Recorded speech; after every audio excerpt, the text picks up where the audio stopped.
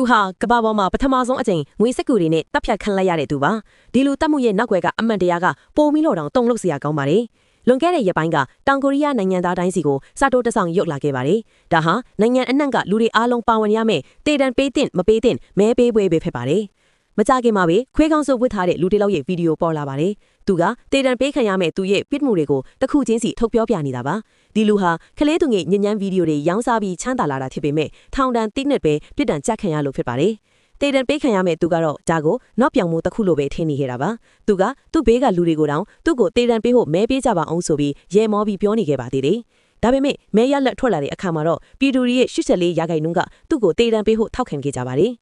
အဲ့ဒီလူပြန်လို့လာတဲ့အချိန်မှာတော့သူဟာမောင်မဲနေတဲ့အခန်းတစ်ခုထဲကိုရောက်နေပါပြီခွေးကောင်းစုနဲ့အလူပို့လာတဲ့အထိသူကဒါကိုသူ့တငယ်ချင်းတွေနောက်နေတာလို့ပဲထင်နေတော့မှဒါပေမဲ့မဲရလက်ကိုမြင်လိုက်ရတဲ့အချိန်မှာတော့ဒါဟာနောက်ပြောင်မှုမဟုတ်မှန်းသူသိသွားခဲ့ပါပြီသူဘာမှမလုပ်နိုင်ခင်မှာပဲခွေးကောင်းစုလူသားကသူ့ပါဇက်ကိုဆက်နဲ့ဖျဲလိုက်ပြီးငွေဆက်ကူတွေကိုအတင်းထိုးထည့်ပြီးတပ်ပစ်လိုက်ပါတယ်